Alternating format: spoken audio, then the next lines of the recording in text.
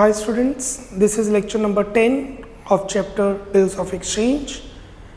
हमारा टॉपिक है renewal of bill. आपने अभी तक देखे जब बिल डिसऑनर होता है तब हम किस तरीके से एंट्रीज डालते हैं। हम 10 लेक्चर्स कर चुके हैं इसमें। अब बिल डिसऑनर के बाद अगर ड्रॉई ड्रॉअर से कुछ एक्स्ट्रा टाइम मांगे, ड्रॉई कहे कि मैं आपको अभी पैसे नहीं दे सकता, मुझे थोड़ा एक्स्ट्रा टाइम चाहिए, तो उस केस के अंदर नया बिल ड्रॉ किया जाएगा। अगर ड्रॉअर अग्री करता है तो, नहीं तो ड्रॉअर उस पर केस करेगा, नोटिंग, प्रोटेस्टिंग। उसकी थियरी एक बार दोबारा पढ़ेंगे, अगर हम पहले मैं आपको समझा चुका हूं still in this lecture only. और अगर उसे बैंक से लोन ना मिले और वो ड्रॉअर को रिक्वेस्ट करे, ड्रॉई, कि मुझे पैसों की ज़रूरत है, मुझे टाइम की ज़रूरत है, आप उससे थोड़े देर बाद पैसे ले लीजिए, ब्याज एक्स्ट्रा ले लीजिए। This is renewal of bill. तो क्या एंट्रीज रहती हैं ड्रॉअर के पास और क्या एंट्रीज रहती हैं ड्रॉई के पास। In the books of drawer,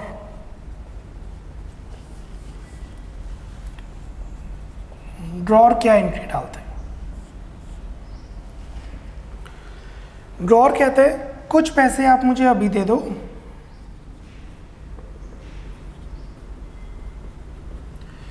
कुछ पैसे आप मेरे को बाद में दे देना,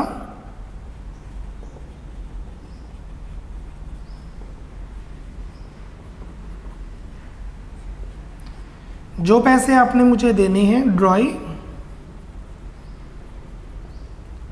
एंड इंटरेस्ट। इंटरेस्ट अर्न्ड है, ये क्रेडिट का मतलब इंटरेस्ट देना है। कैश डेबिट होने का मतलब है कि ड्रॉअर को इमीडिएटली कुछ पैसे मिल गए। अभी जो लेक्चर हमने 8 और 9 में किया था उसमें एंट्री थी cash drawee to interest, BR नहीं था, यही एंट्री की थी ना लेक्चर 8 और 9 में, कैश ड्रॉई टू इंटरेस्ट, क्योंकि उसके अंदर बिल रिन्यू नहीं किया गया था। ब्याज जो पैसे लेने हैं कैश में उसी टाइम ले लिए, बट अब उसको एक्स्ट्रा टाइम मिलेगा तो बिल्स रिसीवेबल भी डेबिट हो जाएगा। तो बस ये छोटा सा डिफरेंस है।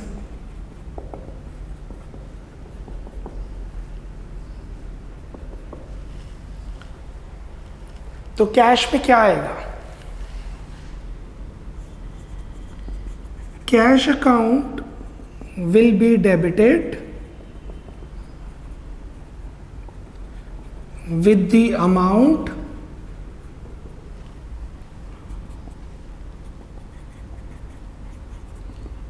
immediately received। जो पैसे immediately रिसीव किए हैं वो कैश में आ जाएंगे। तो हमें कैश में पता चल गया कितने पैसे हमने immediately रिसीव किए। Bill receivable account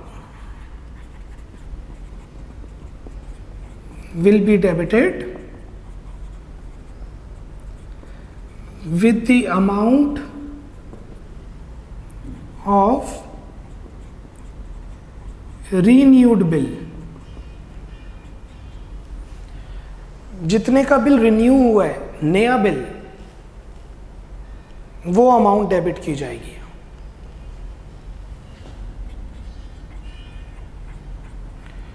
ड्रॉइज account will be credited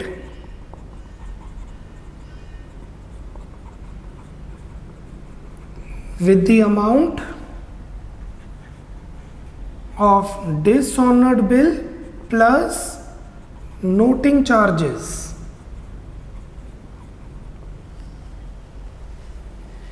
ड्रॉई account में क्या अमाउंट आएगी? ड्रॉई अकाउंट में अमाउंट आएगी जो बिल डिसऑनर हुआ है प्लस नोटिंग चार्जेस, जो पैसे हमने लेने हैं। जैसे 10,000 का बिल है, 100 रुपये के नोटिंग चार्जेस पड़ गए। 10,000 का बिल है, 100 रुपये के नोटिंग चार्जेस पड़ गए, तो ड्रॉई में आ जाएगा 10,100 और 900 रुपये का इंटरेस्ट हमें मिल रहा है एक्स्ट्रा, क्योंकि हमें 2 महीने हमने दे दिए। मैं ड्रॉअर हूँ, मैंने 2 महीने ड्रॉई को और दे दिए, उसने कहा 900 रुपये एक्स्ट्रा मिल जाएंगे, तो इंटरेस्ट में 900 आ जाएगा। तो ड्रॉई में आएगा 10,100, 10,000 का बिल डिसऑनर्ड, 100 रुपये के नोटिंग चार्जेस और 900 रुपये आ जाएगा interest. interest account will be credited with the amount of interest earned.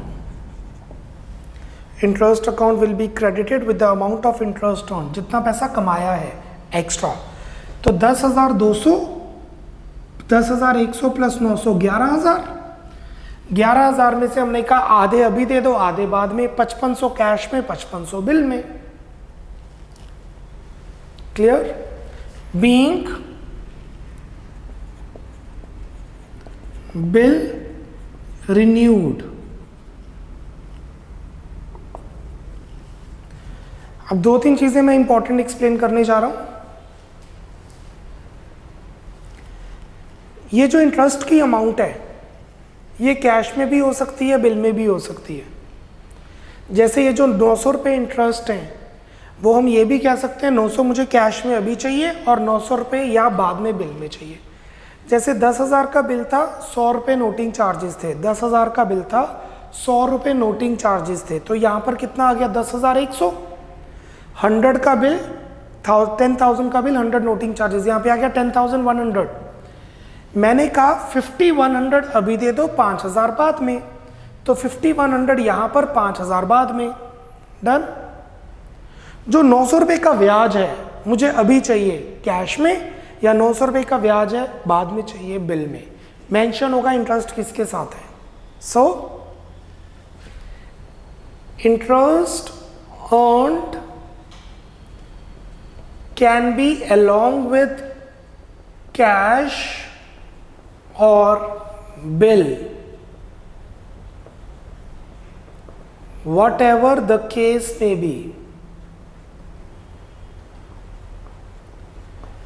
जो इंटरेस्ट है वो कैश में भी हो सकता है और बिल में भी हो सकता है, whatever the case may be। Clear? अच्छा, ये वाला interest account will be credited with the amount of interest earned. ब्याज लगता किस पर है? फ्यूचर पेमेंट पर। अगर मैंने कहा कि मुझे 2 महीने, ड्रॉई मुझे कहते हैं मुझे 2 महीने और चाहिए, तो 2 महीने के ऊपर इंटरेस्ट लगेगा। जो पैसे वो मुझे इमीडिएटली देगा उस पर ब्याज नहीं लगेगा, जो पैसे वो मुझे लेटर ऑन देगा उस पर ब्याज लगेगा। So interest account will be credited with the amount of interest earned and duly calculated on later amount. जो पैसे लेटर अमाउंट मतलब बिल अमाउंट, जो पैसे लेट पे होंगे बिल के पर, वो इंटरेस्ट के लिए क्वालिफाई करेंगे। मैं समझाता हूं। 10,000 रुपये थे, उसने कहा 4,000 अभी ले लो, 6,000 बाद में ले लो। 4,000 अभी ले लो, 6,000 बाद में ले लो।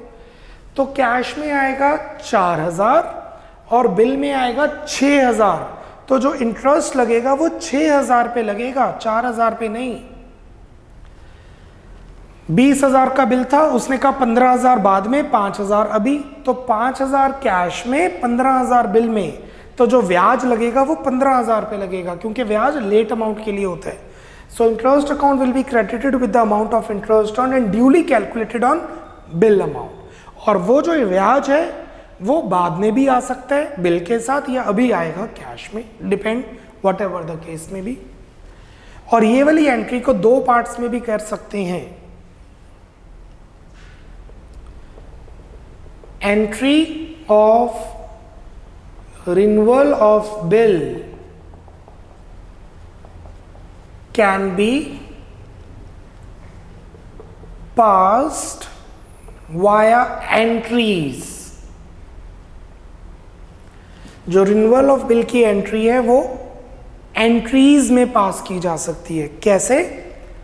पहले इंटरेस्ट को ड्यू करेंगे, drawee's account debit to interest,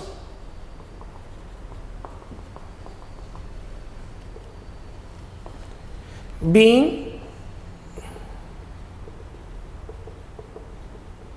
interest due, और फिर रिसीव करेंगे cash account debit, bill receivable account debit to drawee's account, being bill renewed. So एक एंट्री को आप दो पार्ट्स में भी डिवाइड कर सकते हैं ऐसे, drawee to interest, cash B R to drawee, both are right. ये एंट्री है बुक्स ऑफ ड्रॉर जब बिल रिन्यू होता है। What about ड्रॉई?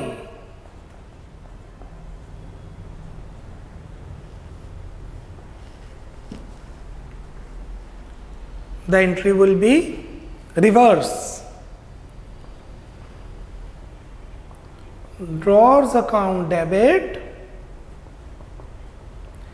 interest paid, इसके लिए खर्चा हो गया ना, interest account debit to cash account to bills payable account being bill renewed, और दो पार्ट्स में एंट्री बन जाएगी, interest account debit to drawer's account being interest due, and then drawer's account debit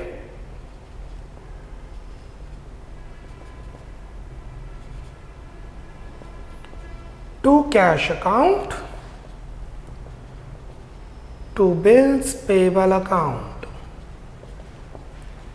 being bill renewed। मैं ये entries डालूंगा, आगे जो 3-4 सम्स हैं मैं एक ही एंट्री डालूंगा, पर आपको पता दोनों एंट्रीज होनी चाहिए। बुक्स के अंदर different teachers, different authors, different online classes, concept पता होना चाहिए, मार्क्स अपने आप आ जाएंगे। टेक 2 मिनट्स, ड्रॉर का कंसेप्ट और ड्रॉई का कंसेप्ट अच्छी तरह रीड आउट कीजिए, then we will start with the questions of renewal of a bill complete.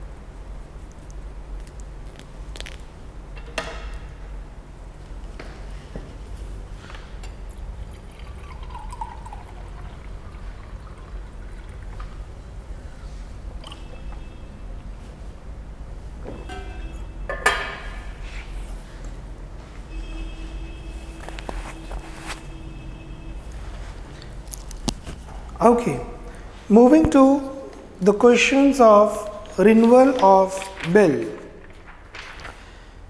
We'll start from the small questions. Question number 19th. Question number 19th first.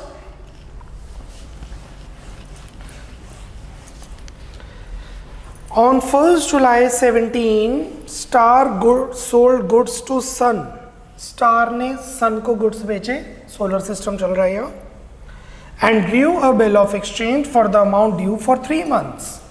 3 महीने का time दिया और हमारी industry में 3 महीने का क्रेडिट चलता था।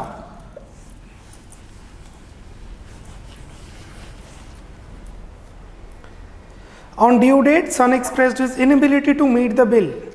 उसने कहा मैं अभी पैसे नहीं दे सकता, and to accept 4,000 in cash and draw a new bill for the balance। उसने कहा 4,000 अभी ले लो और 14,000 बाद में ले लेना।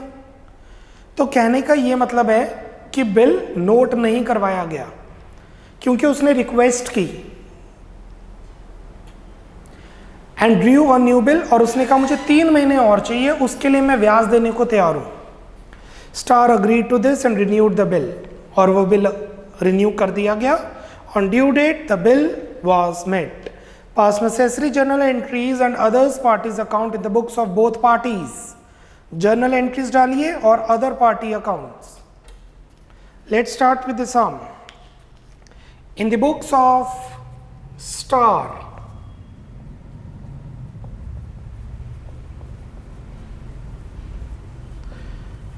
in the books of Star Journal, 1st July 17,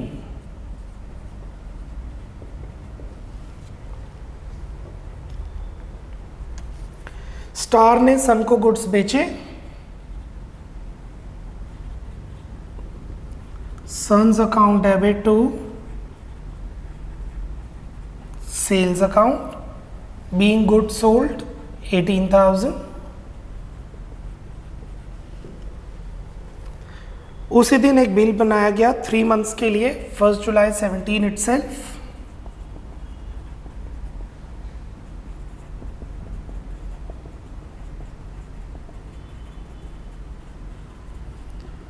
bills receivable account debit to sons account,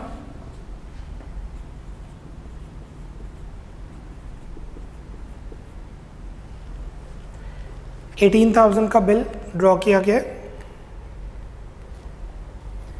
due date 3 महीने बाद, अगस्त सितंबर अक्टूबर, अगस्त सितंबर अक्टूबर 3 दिन एक्स्ट्रा, 4 अक्टूबर। ये बिल डिसऑनर हो गया। नोटिंग चार्जेस नहीं, क्योंकि उसने रिक्वेस्ट की थी इसलिए हमने नोट तो करवाया नहीं। बिल हमारे पास ही था, बिल वाज रिटेन्ड, कुछ नहीं लिखा कि डिस्काउंट करवाया, एंडोर्स किया, कलेक्शन के लिए भेजा, तो बिल अपने पास ही है। बिल डिसऑनर हो गया। Debit the drawee, credit the holder of the bill. Debit the drawee, credit the holder of the bill. Sun's to B are.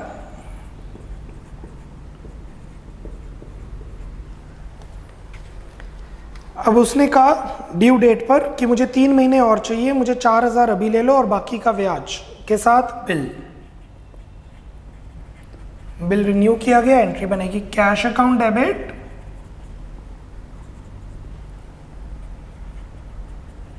Bills receivable account debit to Sun's account to interest account.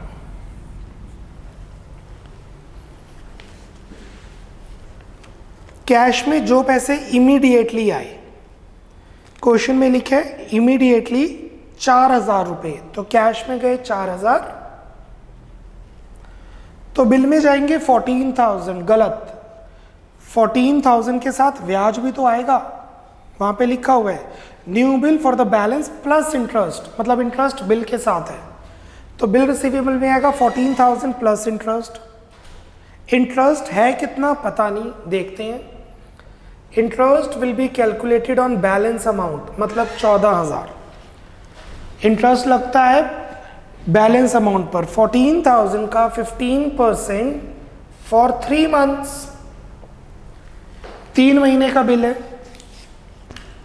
सो 14,000 का 15% 3 महीने के लिए 525 रुपये का ब्याज पड़ता है। 14,000 का 15% फॉर 3 months इज 525। तो इंटरेस्ट में आ गया 525, समझ रहे हैं आप। और बिल रिसीवेबल में आ गया later amount plus interest, 14,000 plus 525।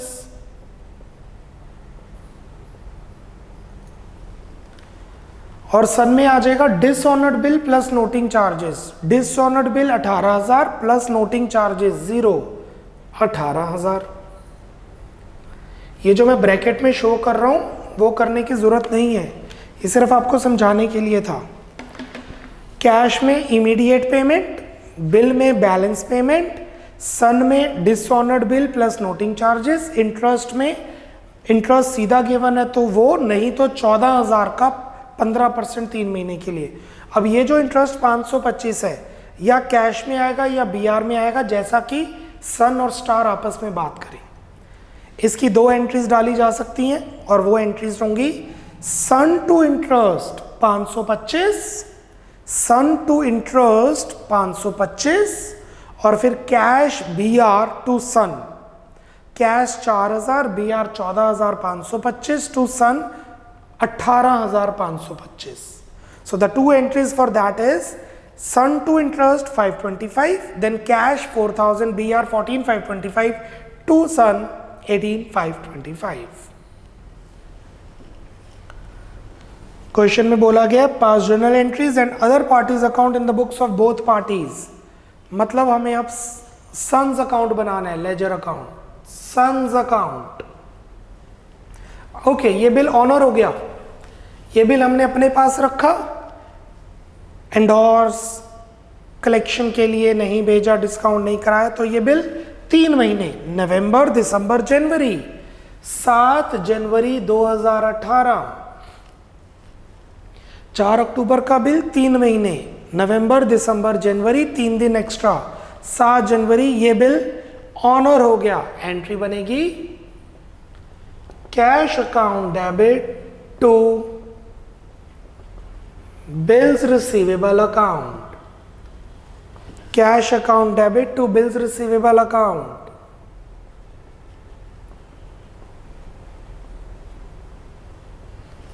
This bill has been honored. Now let's make son's account as the question says.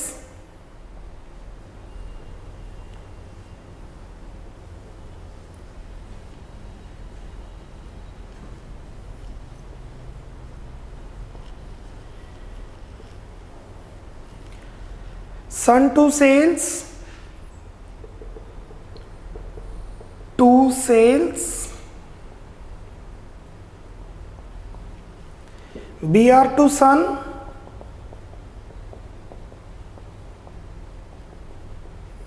buy bills receivable, son to BR,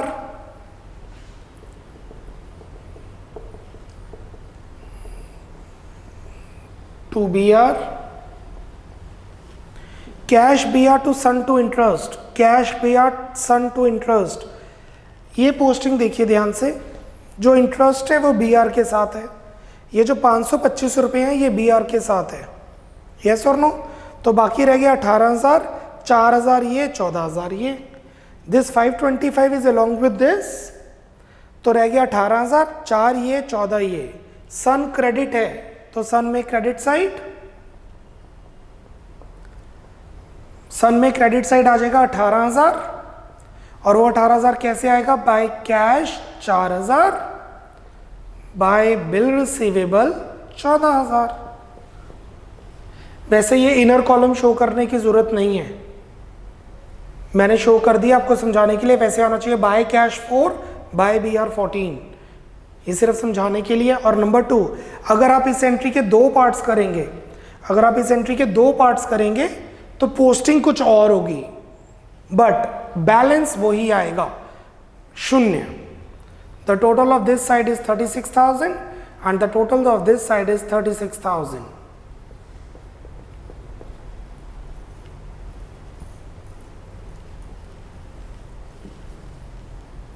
Speed up. This is the books of Star.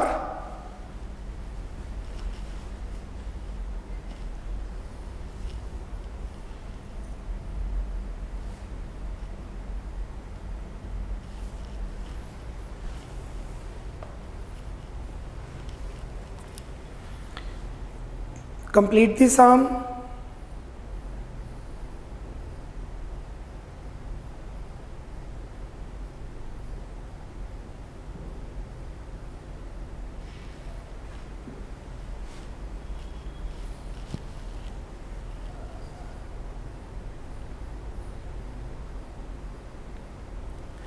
Let's proceed with the books of Sun. In the books of Sun, अब हम ड्रॉई के हिसाब से सोचेंगे।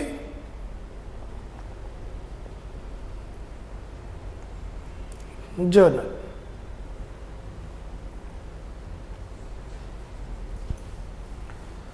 सन ने सबसे पहले star से गुड्स परचेज किए 1 जुलाई को, तो गुड्स खरीदने की एंट्री बन जाएगी परचेजेस अकाउंट डेबिट टू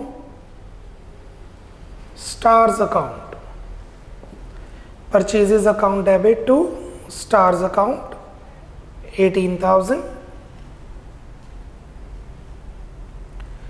इसके बाद एक बिल साइन किया गया, तो एंट्री बनेगी स्टार्स अकाउंट डेबिट टू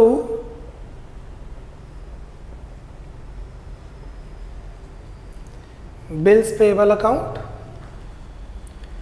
18,000 का बिल साइन किया गया।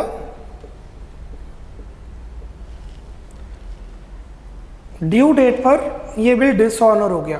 वैसे डिसऑनर वर्ड गलत है, बिल कैंसिल हुआ है, क्योंकि डिसऑनर का मतलब है कि ड्रॉई ने फ़ोन नहीं उठाया, मैसेज आ गया, बिल कैंसिल।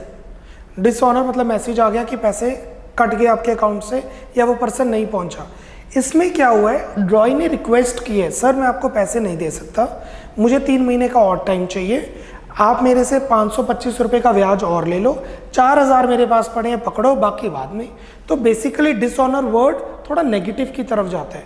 बिल कैंसिल हुआ है, बट अकाउंट्स में कोई इमोशंस की बात नहीं होती है, तो एंट्री वही आएगी, नरेशन वही आएगी। बिल को कैंसिल किया गया, डिसऑनर किया गया, एंट्री बनेगी। पेमेंट होती तो bills payable to cash, payment होती तो bills payable account debit to cash, payment नहीं हुई तो bills payable account debit to Star's account, bills payable to Star's account. उसी दिन जैसे उसने बोला कि 4,000 मेरे से ले लीजिए, स्टार्स अकाउंट डेबिट हमने देने थे 18,000 प्लस नोटिंग चार्जेस। इस क्वेश्चन में नोटिंग तो कोई हुई नहीं। Stars account debit 18,000, interest account debit दोबारा कैलकुलेट करने की जरूरत नहीं है, वो 525 बन रही है, to cash account 4,000, to bills payable account, bills payable account 14,525। Question में गिवन है जो ब्याज है वो बिल के साथ है, तो ये जो 525 है वो बिल के साथ एडजस्ट हुआ है। और 3 महीने बाद जब ड्यू डेट बनती है 7 जनवरी, नवंबर, दिसंबर, जैन 3 दिन एक्स्ट्रा पेमेंट कर दी गई। Bills payable account debit to cash account, bills payable account debit to cash account.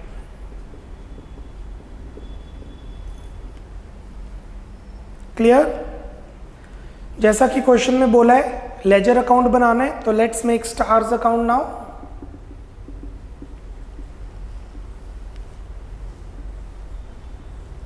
Date particulars folio amount, date particulars folio amount. पहली एंट्री है purchases to Star's, Star credit हो रहा है, मतलब हमारी देनदारी हो गई, बाय परचेजेस अकाउंट। फिर है स्टार टू बिल्स पेएबल, हमारी देनदारी खत्म, हमने उस पर साइन करके दे दिए पेपर पे कि भैया 18,000 ले लेना 3 महीनों बाद। फिर 3 महीनों बाद बिल डिसऑनर हो गया, कैंसिल हो गया, हमारी देनदारी फिर वहीं पे आ गई, बाय बिल्स पेएबल, फिर 18,000 क्रेडिट हो गए। और फिर 4 अक्टूबर को अगर मैं इसकी एंट्री डालता है तो एंट्री बनती interest to Star 525, interest to Star 525 being interest due, interest debit हो गया 525 और स्टार क्रेडिट हो गया क्योंकि ये देने हैं। और फिर आती Star to cash to bills payable, Star 18,525 to cash 4,000 to bills payable 14,525। But हमने ये एंट्री डाली नहीं है, हमने एक एंट्री डाली है, Star interest to cash to B. Star में आएगा 18,000 डेबिट, स्टार में आएगा 18,000 डेबिट, और वो 18,000 डेबिट क्यों हुआ? क्योंकि 4,000 कैश में, 14,000 बीपी में। तो आप कहेंगे ये तो 14,525 है, नहीं, 525 तो इंटरेस्ट है। तो to cash 4,000, to bills payable 18,000, 14,000। वैसे ये चीज गलत है, ये सिर्फ समझाने के लिए। एग्जाम में, टेस्ट में आप लिखेंगे to cash 4,000 outer column, to B 14,000 outer column, ये समझाने के लिए था। और अकाउंट मैच करेगा क्योंकि ना तो अब स्टार से सन ने पैसे लेने और ना ही स्टार को सन ने पैसे देने। It's a self balanced account. Have a look on the books of son. Son की एंट्रीज पे ध्यान दीजिए। पहली entry purchases to star, goods खरीदे। नाउ लीव दैट, फोकस कीजिए entry 1, 2, 3, 4 and it's ledger account. और लास्ट एंट्री स्टार अकाउंट में नहीं जाएगी क्योंकि वो बीपी में जाएगी और कैश में जाएगी। 1 मिनट, कंप्लीट दिस सम।